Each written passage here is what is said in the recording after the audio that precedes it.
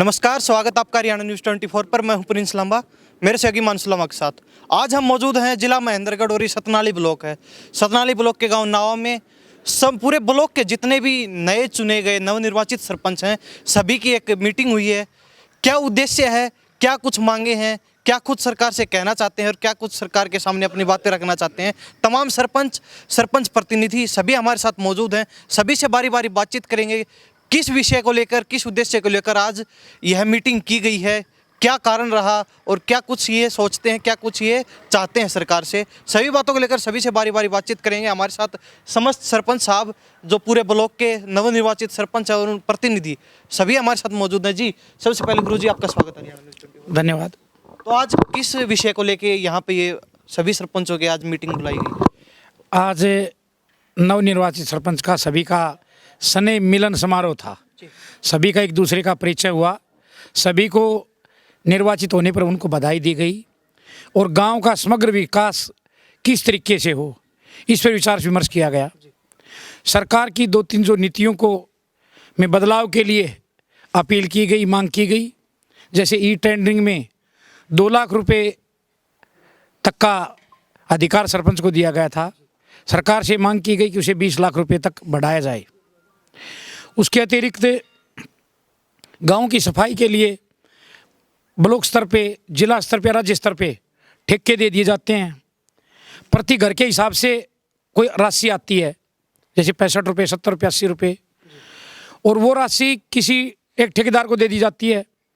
वो गांव का ठीक तरीके से कूड़ा नहीं उठाता, ना ही सफाई व्यवस्था में सहयोग करता।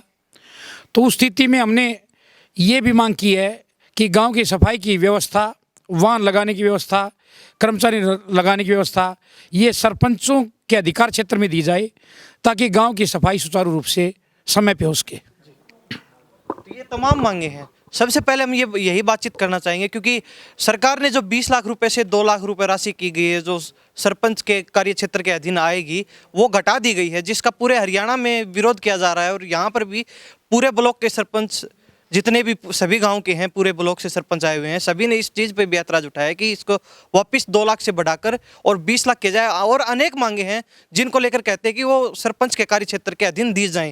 सभी सरपंच सभी से बारी बारी बातचीत करें। जी, आपका अपना परिचय दे दीजिए। कौन से गाँव? ओमवीर सरपंच प्रतिनिधि, गाँव डालनवास। जी, तो क्या कहना चाहेंगे, क्या आपकी मांग है सरकार की? मांग वैसे तो गुरुजी ने बता दी। इसी मांग को लेकर पूरा हरियाणा के अंदर आप ब्लॉक स्तर पे देख रहे होंगे, हर जगह यही मांग उठी हुई है। और 2 लाख रुपए से बढ़ाकर 20 लाख रुपए करना बहुत ज़रूरी है। 2 लाख रुपए के अंदर एक 20 फुट की गली तैयार नहीं होती। अब इसके अंदर जो बताया जाता है कि 2 लाख रुपए से ऊपर जो भी कार्य होंगे वो वैसे तो सरपंच जिस तरह ग्राम पंचायत के खाते में आएंगे, लेकिन उसका टेंडर कराएगा सरपंच और काम करेगा कोई ठेकेदार। ठेकेदार को गांव की काफ़ी समस्याएं ऐसी होती हैं उनका नहीं पता होता, और सरपंच जो प्रतिनिधि चुनता है उसको हर समस्या का पता होता है, कौन सी गली का पानी कहाँ निकलना है, कहाँ क्या करना है। लेकिन ठेकेदार अपना काम करके चलता पड़ेगा और उसका भुगतान जो करेगा भुगतना पड़ेगा और सरपंच को भुगतना पड़ेगा। ऐसी बहुत सारी समस्याएं हैं पानी से संबंधित। जैसे बोरवेल हैं, अभी डिग्गी बना दी।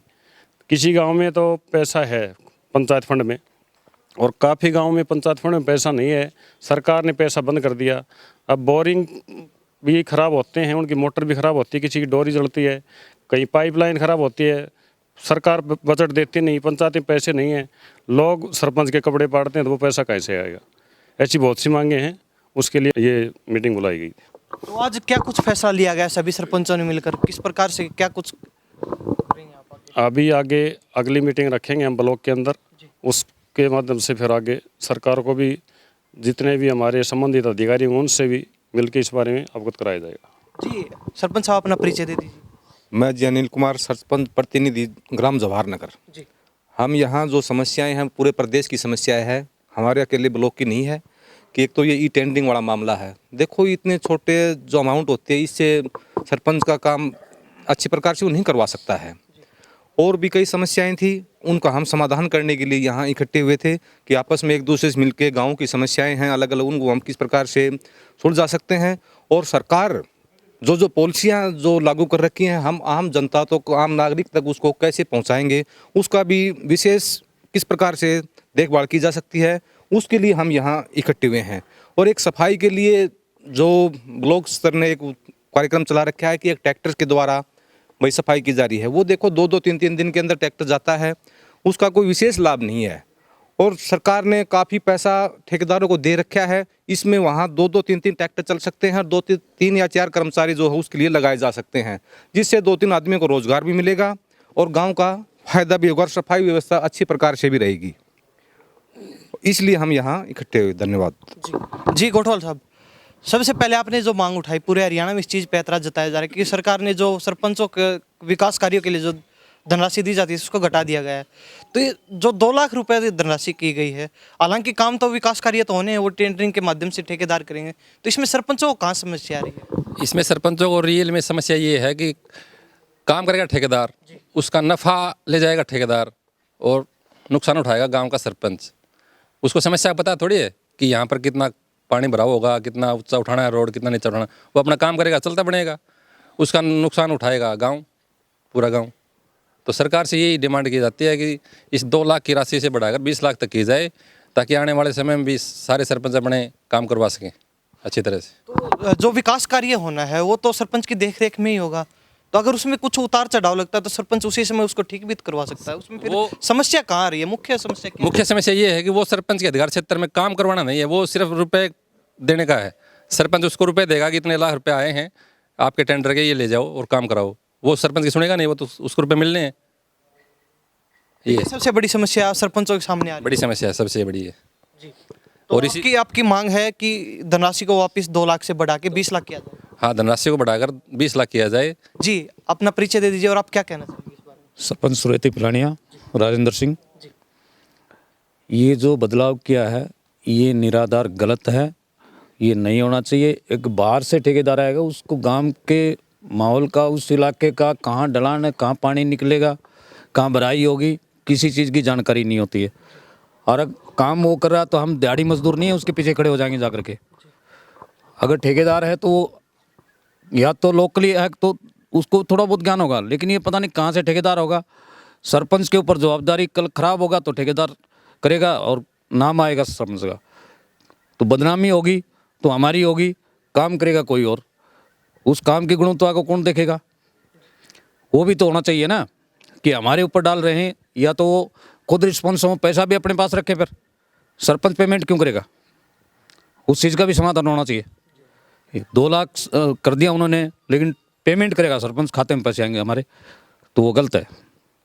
तो ये पूरे ब्लॉक के सरपंच यहाँ पे मौजूद हैं, सभी से बारी बारी उनके विचार जानने की कोशिश कर रहे हैं। वो आखिर चाहते क्या हैं सरकार से, किस प्रकार, किन कार्यों में सरकार उन्हें राहत दे और क्या जो कार्य हैं वो सरपंचों के अधीन और दिए जाएं ताकि गांव का अच्छे से विकास हो सके।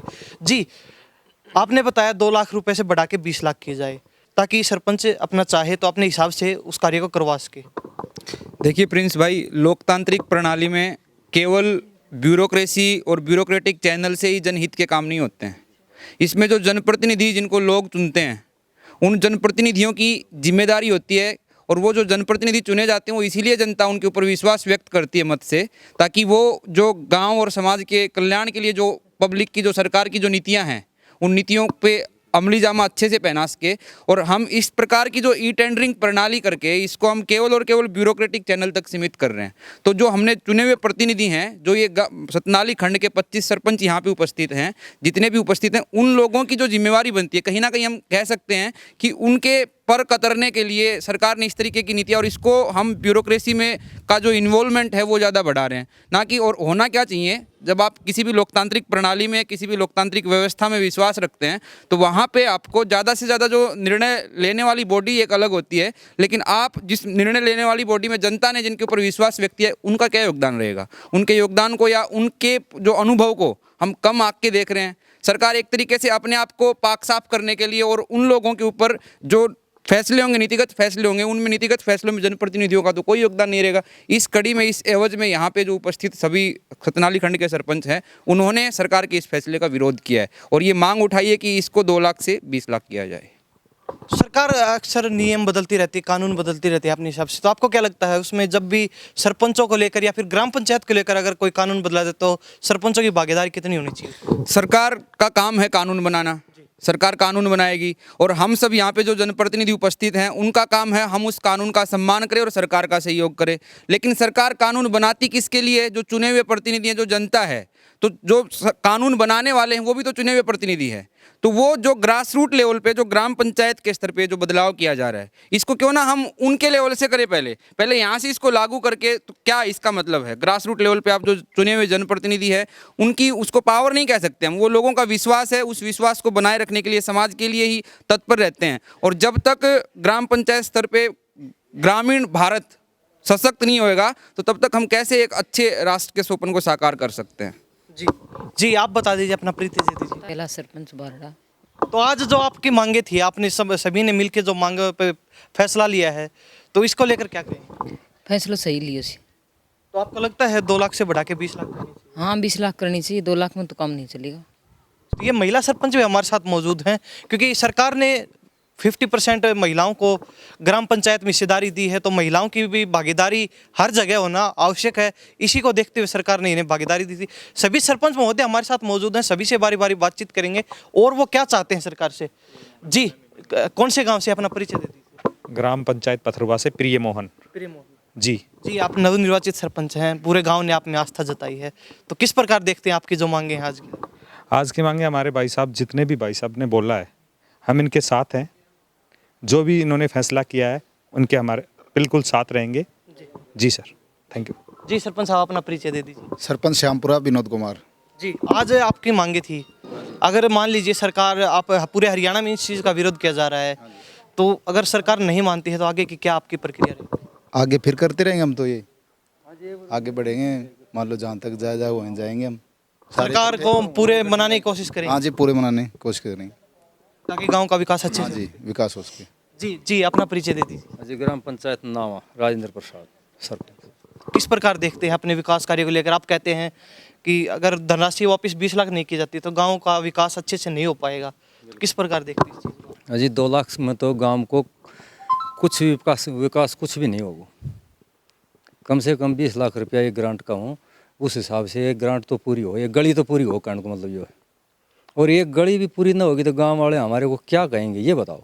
हम तो ये कहना चाहें हैं सरकार से, अभी 20 लाख रुपए तो कम से कम ग्रांट होनी चाहिए। पिछली योजना तक 20 लाख रुपए थे, आप चाहते हैं कि उसी प्रकार से आगे भी चलता रहे? अब क्यों तोड़ दिया? नहीं सर, इन सरपंचों को क्यों तोड़ दिया? फिर कि कोई नई सरकार थोड़ी है, वही सरकार ये पहले बन रही थी, वही सरकार आज है।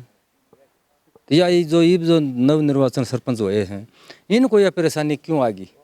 क्या दिक्कत आ गई सरकार को? क्या कमी आ रही है सरकार का? हमारे को क्यों परेशान किया जाता है इन सरपंचों को? मर्जी ही पैसा लगाओगे, न कि सरपंच के संतुष्ट होगो, न गांव संतुष्ट होगो।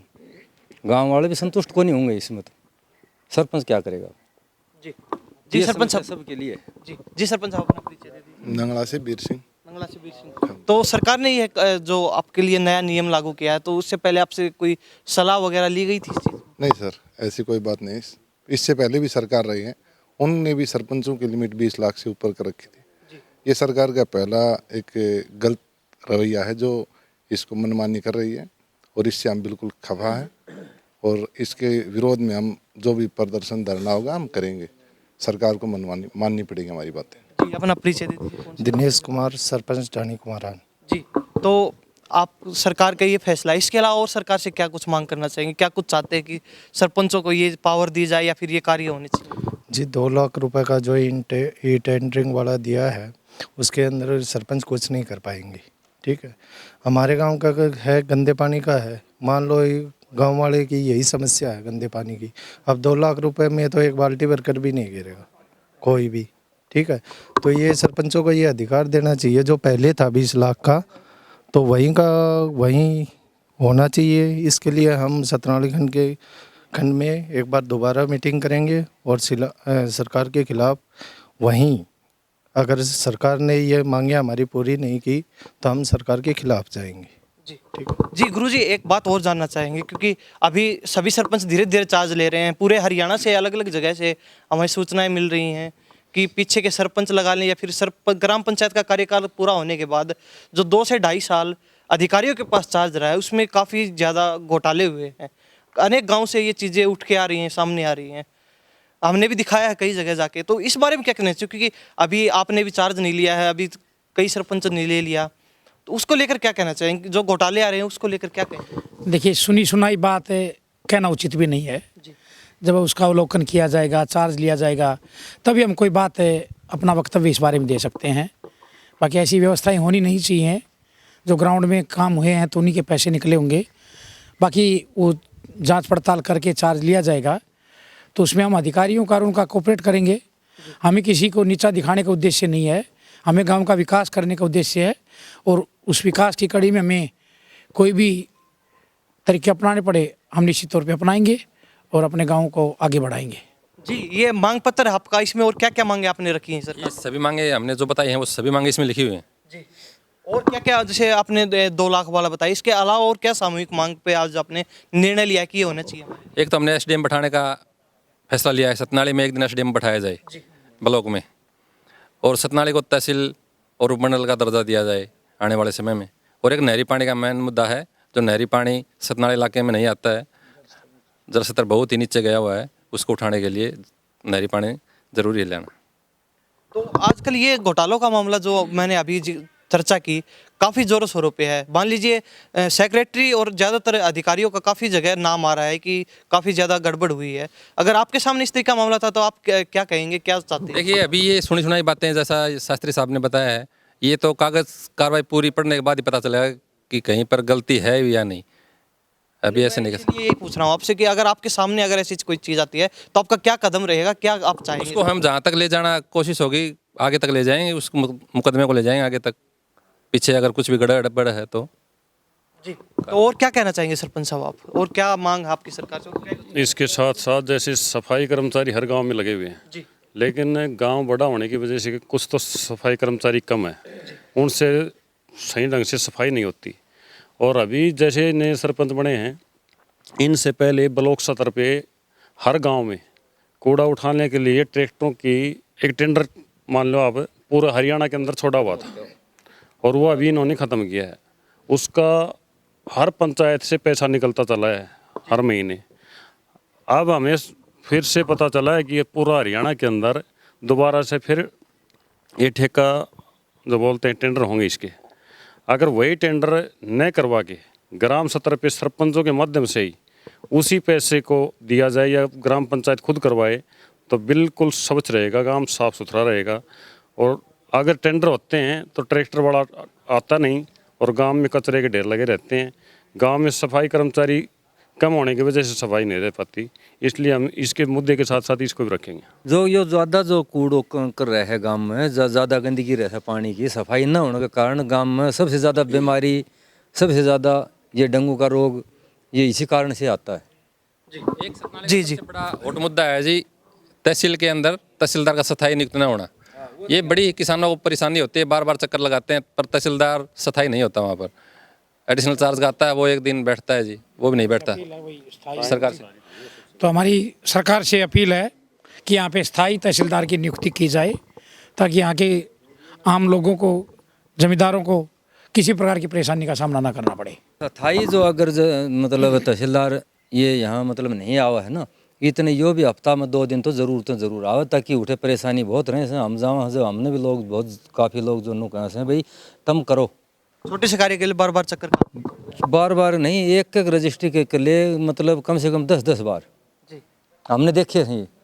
अभी 10 दिन हो गए हम ना होती हमारी रजिस्ट्री को नहीं हुई, तो 2 हफ्ता में 2 दिन तो ये भी आवा, नायब तहसीलदार भी आवा जी। तो ये तमाम सरपंचों से पूरे ब्लॉक के सरपंच यहाँ पर इकट्ठा थे, इनकी मीटिंग थी आज, और तमाम जिन मांगों पे इन्होंने अपनी सहमति जताई है, सामूहिक जो मांगी थी सरकार के समक्ष रखी हैं, और सरकार द्वारा जो ई टेंडरिंग में जो 20 लाख की धनराशि घटा के 2 लाख कर दी गई है, सरपंचों ने इस पर ऐतराज जताया है और कहा है कि सरकार दोबारा इसे 20 लाख तक करे, ताकि गांव के विकास कार्य सुचारू रूप से होते रहें। इसके अलावा सफाई और अनेक मुद्दे सभी सरपंचों ने उठाए हैं, सरकार से अनेक मांगे सरकार के सामने रखी हैं, ताकि जल्द से जल्द उनका समाधान हो सके। इन्हीं सब बातों के साथ मैं प्रिंस लांबा, मेरे सहयोगी हिमांशु लांबा के साथ हरियाणा न्यूज़ 24। नमस्कार, जय हिंद।